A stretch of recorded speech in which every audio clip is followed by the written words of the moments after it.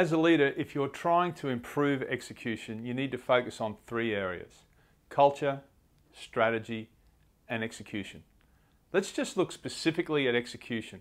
And before we start to think about what we're going to do about it, let's look at where it takes place. Generally, when you're developing strategy, it's going to be the leadership team that actually is involved in that. But the execution of that strategy normally rests with the people at the front line. And you have to be very specific about what it is you want those folks to do in order to execute effectively. Now, there are three key things. The first one is to get focused on the right things. Now, what I mean by that is each person at this front line needs to have 3 or 4 very specific objectives that they're accountable for. These people here are the main resource you have. You can't afford to squander it. You need to make sure they're focused. The second thing is to get visibility. Visibility on performance of each team and each individual in that team, and specifically the activity that is driving results.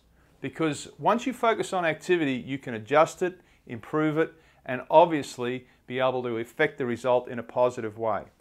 The third thing is you need to have a very strong team meeting discipline. Now, what I mean by that is that you need a meeting discipline that's going to focus not necessarily on reporting, but making sure you're forward focused about what are the challenges we have, what are the roadblocks that we have, what are the issues that we're going to need to address to execute effectively. It's also about holding people very accountable for what activity they're involved in at any particular point in time.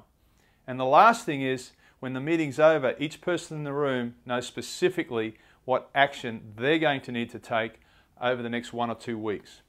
So these three things are critical to execution. Focusing everyone on the right things, getting good visibility on performance, and building a very strong meeting discipline.